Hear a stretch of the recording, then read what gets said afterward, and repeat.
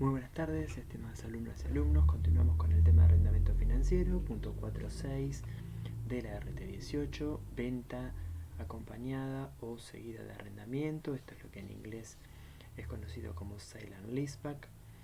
Y encontramos una operación compuesta. Hay una venta y hay un arrendamiento. En el mismo contrato puede ser incluso, o seguido. Y es el punto cuando un ente venda un bien y simultánea o seguidamente contrate con el comprador el arrendamiento del mismo bien, deberá aplicar las normas que siguen: arrendamiento financiero y arrendamiento operativo. Para que se entienda, cuando habla acá de arrendamiento financiero y de arrendamiento operativo, es referido a la venta seguida de arrendamiento financiero o seguida de arrendamiento operativo, no al arrendamiento financiero u operativo que vimos en el video anterior.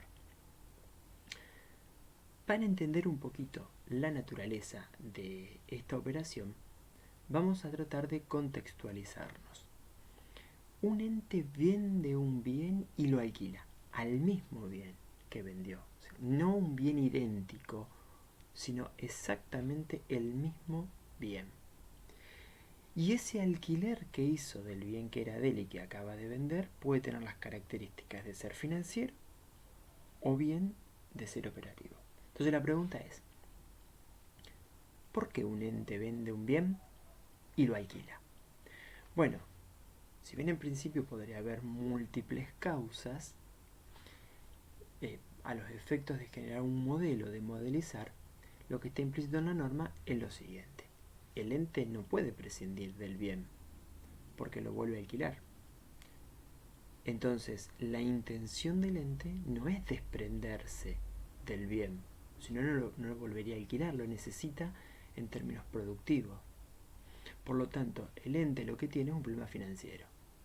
Entonces, un ente vende el bien por una necesidad financiera o bien por un negocio financiero que se le presenta, pero con una finalidad financiera, y lo vuelve a alquilar porque operativamente no puede prescindir de él. Y el contrato puede tener características donde hace que ese arrendamiento que sigue a la venta sea financiero o que sea operativo. Si es financiero, vamos, antes de leer la norma, pongamos el caso. Un ente vende el bien y lo adquiere a través de un arrendamiento financiero. Sabemos que un arrendamiento financiero lo tendríamos que contabilizar como una compra financiada. Entonces, el ente vende el bien y a la misma vez, al arrendarlo financieramente, tenemos que decir, lo compra de manera financiada. ¿Podría existir la venta del bien y la compra del mismo bien en el mismo contrato? No, no tiene sentido. Entonces, cuando el arrendamiento sea financiero, se presume, sin admitir prueba en contrario, que la operación es un préstamo que el arrendador le realiza al arrendatario con el activo como garantía. Entonces, ¿qué es lo que pasa? Es un préstamo. Vende su bien normalmente al contado y lo arrienda financieramente, es decir, lo compra de manera financiada y lo paga en cuotas. Entonces el activo nunca se movió, el activo siempre siguió operativo para su propietario original, pero recibió dinero y está pagando en cuotas. Entonces lo que hubo es un préstamo. Y el activo, al haber cambiado la propiedad legal, pero no económica, sirve como garantía para asegurar el pago de ese préstamo.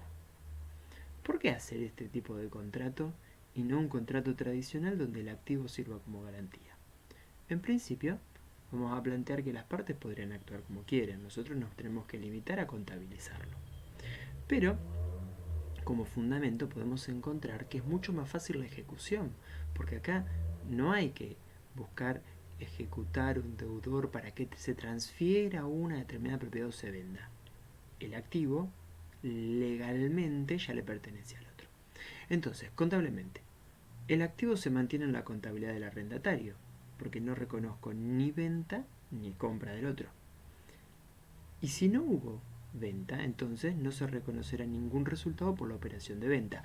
Sería ridículo reconocer algún resultado por la venta cuando digo que no hubo venta. La diferencia entre el precio de venta, por favor, que no los induzca al error.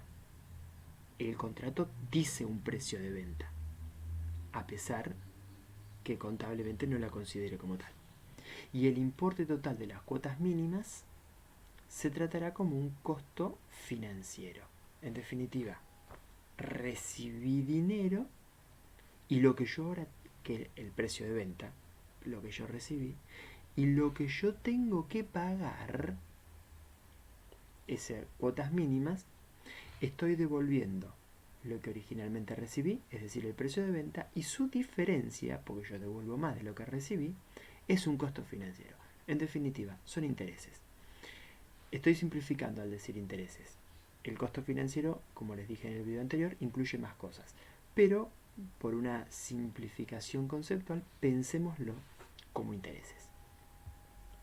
Si el valor corriente del bien al momento de la venta es inferior a su medición contable, no se realizará ajuste alguno y se analizará si constituye un indicio en los términos de la sección 4433, que es para analizar si hay que hacer o no algún tipo de desvalorización. En definitiva, si el valor corriente, el valor de mercado del bien, es menor a la medición contable, yo ya tengo que analizar si cabe hacer algún tipo de ajuste o no.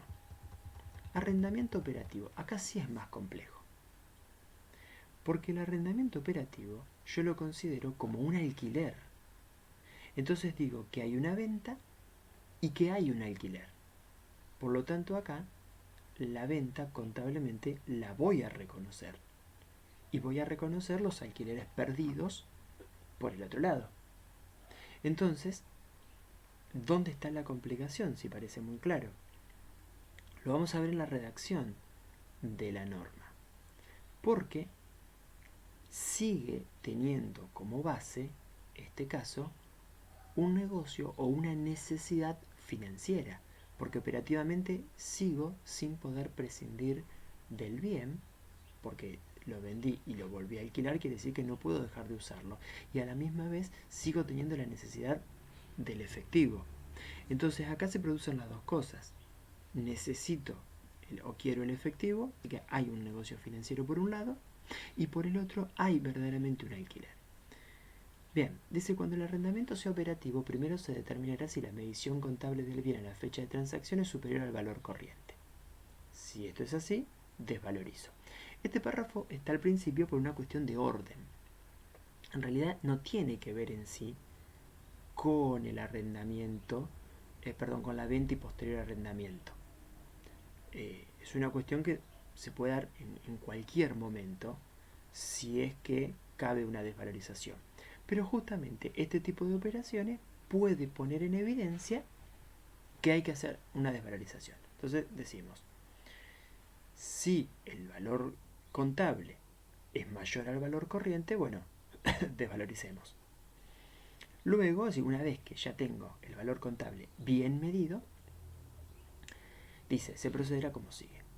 Si el precio de venta del bien es igual o es menor al valor corriente y el resultado es positivo, se reconoce como resultado del ejercicio la diferencia entre el precio y la medición contable, el costo, a la fecha de la transacción. Seguimos analizando. Se puede pensar al principio, ¿pero esto es tan complejo? Bueno, les quiero contar lo siguiente. En los siguientes incisos, la norma arma una estructura de análisis que para el primer caso y también para el segundo, esa estructura de análisis puede quedar muy grande, tengo muy pocos datos para cargar. Entonces, parecería que no tiene sentido tantas divisiones para casos tan sencillos, pero en realidad está pensado para analizar los ejemplos que siguen a partir del C, si bien es válido para todos. Entonces, volvemos al primero. Si el precio de venta es igual o es menor al valor corriente. Desglosándolo, ¿qué significa? El valor corriente es el valor de mercado. Estamos en presencia de una norma que considera, en mi opinión, correctamente lo considera, o considera el fundamento económico buscando la eficiencia de la empresa, de ella como de todas las otras partes del mercado. Entonces, tendría que llamarnos la atención si el precio de venta es mayor al de mercado, porque pensaríamos, ¿quién está dispuesto a pagar un precio más alto que el de mercado? Y si está dispuesto a pagar el precio de mercado, ¿qué otras cláusulas hay como para comprender el negocio? Entonces acá estamos en presencia de una venta que fue igual o menos que el valor de mercado. Preguntamos, ¿alguien querría comprar el bien igual que el valor de mercado o menos? Sí, encontraríamos. ¿Por qué el ente querría venderlo a menos si fuese necesario que el valor de mercado? Y no se olviden que estamos en presencia de un ente con una necesidad financiera. Entonces, puede ser razonable que quiera liquidar un activo a un menor valor que el de mercado porque necesita urgentemente el efectivo. Bien, perfecto. Entonces, si se da esto, que está dentro de la lógica de mercado, y hubo una ganancia, es decir, aunque el ente hubiese vendido a menos que el valor de mercado, así todo ganó, entonces la diferencia entre el precio y el costo es ganancia, es un resultado del ejercicio. B. Si el precio de venta es menor a su valor corriente, el resultado de la venta es negativo y los precios establecidos para las cuotas del arrendamiento son iguales o son mayores que los de mercado, se reconocerá una pérdida por la diferencia entre el precio de venta y la medición contable del bien. Acá añade un elemento más. Vamos a desglosar. Si el precio de venta está por debajo del valor de mercado, preguntamos, ¿alguien querría comprar más barato que el valor de mercado? Sí. ¿El ente por qué vendería menos que el valor de mercado? Porque tiene una necesidad financiera. Indudablemente lo haría en ese caso. Acá no hubo ganancia, como en el caso anterior. Acá hubo pérdida. Entonces, al haber pérdida, amerita un elemento más de análisis. Tenemos que ver si en realidad tan necesitada está la empresa para vender a una pérdida con tal de obtener el efectivo. Entonces, el siguiente paso de análisis es, ¿y qué pasa con los alquileres? Bueno, dice, si los alquileres son como los del mercado, o incluso son más caros que los del mercado, quiere decir que la empresa que vende el bien no está recibiendo ningún beneficio con los alquileres. Bueno, entonces perdió. A ver, vendió a menos que el mercado, vendió a pérdida y no va a tener ningún tipo de beneficio con alquileres reducidos y entonces indudablemente perdió. ¿Qué perdió? La diferencia entre el precio de venta y la medición contable del bien a la fecha de transacción, su costo contable. Si alguien preguntase, ¿y si el bien está sobrevaluado? No, porque ya al principio la norma nos obligó a que lo pongamos correctamente y que no esté superando su valor recuperable. C. Entran mayores complejidades o mayores complicaciones ahora. Si el precio de venta del bien es menor al valor corriente, volvemos. ¿Alguien querría comprar a menos del valor corriente? Sí. ¿Por qué el ente vendería a menos que el valor corriente? Porque necesita el efectivo. Perdió. El resultado de la venta es negativo. Pero ahora encuentro que los precios establecidos para las cuotas del arrendamiento son menores que los del mercado. Entonces acá toca abrir un abanico nuevo o un abanico adicional de análisis. Vendo a menos que el valor de mercado. Necesito el efectivo. Vendo a pérdida. Bien, se justifica. Necesito el efectivo. Pero resulta que voy a pagar menos en el futuro por alquiler. Entonces, punto 1, se determinará la medida en que el menor precio de venta del bien se compensa con los menores pagos futuros de cuotas de arrendamientos. Antes de pasar al 2, vamos a enfocarnos un poco más en este. Recibo menos por el bien y voy a pagar menos por los alquileres.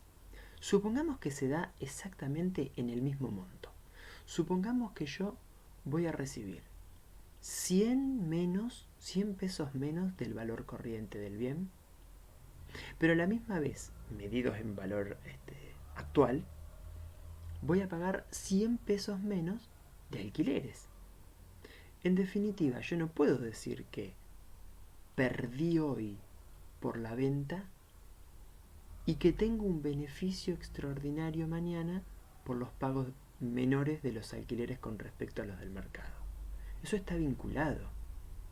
Es decir, ya por el concepto antiguo de unión o vinculación o como antiguamente se decía apareamiento ingreso-costo, prefiero el término vinculación ingreso-costo, acá existe una vinculación.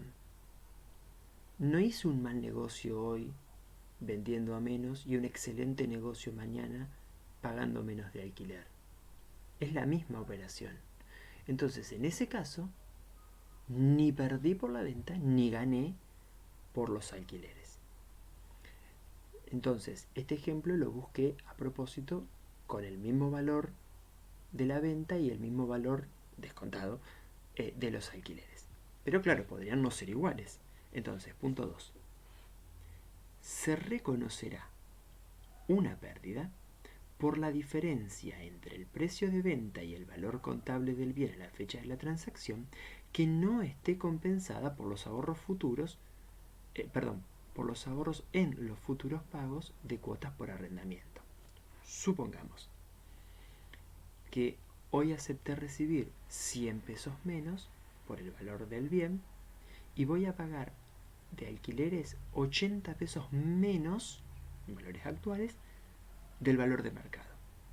Entonces, hay 80 que están compensados, pero hay 20 de esos que yo recibí de menos que no están compensados. Entonces, esos 20 los voy a reconocer como pérdida. A eso se refiere reconocer como pérdida la diferencia entre el precio de venta y el valor contable del bien que no esté compensado por los ahorros futuros. Las diferencias no reconocidas como resultados por aplicación del inciso 2, es decir, estos 80 que hablamos, serán reconocidas como resultados a lo largo del plazo durante el cual se espera utilizar el activo arrendado. Es decir, el proceso de devengamiento lo voy a hacer en los periodos que corresponden del alquiler. Supongamos que eran 4 periodos. Bueno, esos 80 los dividiremos, estamos hablando de valores actuales, en 4 y tendremos 20 por periodo que voy a tener que compensar entre el menor cobro y los menores pagos. D. Si el precio de venta del bien es mayor al valor corriente, ya esto nos tiene que hacer pensar. Vendo a más que el valor de mercado. ¿Quién me va a querer comprar a más que el valor de mercado? Pueden comprar el mismo bien a cualquier otro a menor precio. Entonces, esto solo no nos está explicando, tiene que haber algo más. 1. Se reconocerá una ganancia por cualquier diferencia entre el valor corriente del bien, es el valor de mercado, y su medición contable a la fecha de la transacción. Y 2. El exceso del precio de venta sobre el valor corriente del bien será reconocido como resultado a lo largo del plazo durante el cual se espera utilizar el activo arrendado. Piénsenlo como el caso opuesto al anterior. Entonces acá vendo a más que el valor de mercado. La norma ya implícitamente está dando por descontado que va a haber o que debería haber una compensación en relación con los alquileres futuros. ¿Por qué? Porque puede ser que hoy yo reciba más que el valor del bien, pero también voy a pagar más de alquileres. Es decir, si a mí me prestan 100 pesos, devolveré 100 más los intereses. Si me prestan 120, devuelvo 120 más los intereses. Entonces esto significa que si a mí me dan como precio de venta un valor más que el valor corriente, tendré que devolver más que eso. Es decir, lo que me prestaron más las cargas financieras. Entonces, se reconocerá una ganancia por cualquier diferencia entre el valor corriente del bien y el costo, la medición contable. Recuerden que acá sí hubo una venta, porque estamos hablando de un arrendamiento operativo. ¿Sí? Venta y arrendamiento operativo. Entonces, yo normalmente diría que el resultado de la venta es el precio de venta menos el costo. Pero acá yo sé que el precio de venta es mayor que el valor corriente. Entonces, como valor contable, valor real de la venta, no voy a poner el del contrato. Voy a poner el valor de mercado. Porque lo lógico es que el máximo precio al cual yo lo podría haber vendido es al de mercado. Entonces estoy pensando que lo que me dieron, que es mayor al valor corriente, se divide en dos. Una parte corresponde al valor de mercado del bien. Y la voy a tomar en cuenta para hacer eso menos el costo resultado de la venta. Y la otra es un préstamo. Entonces dice, el exceso del precio de venta sobre el valor corriente, pensemos, el bien vale 100 en el mercado, me dan 120.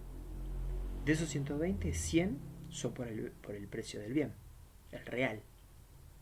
Y 20, ese es el exceso del precio de venta sobre el valor de mercado, el valor corriente. Será reconocido como resultado a lo largo del plazo durante el cual se espera utilizar el activo arrendado.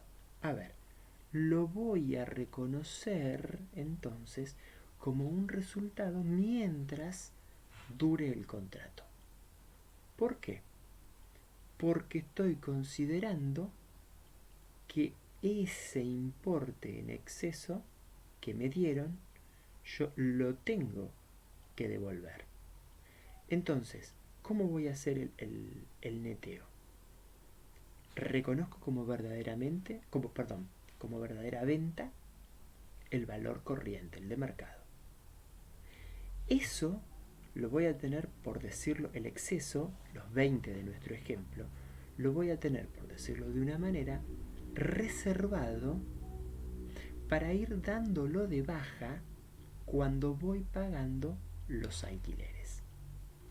De manera tal que si esos alquileres, como indica la lógica económica, son más altos que el alquiler de mercado,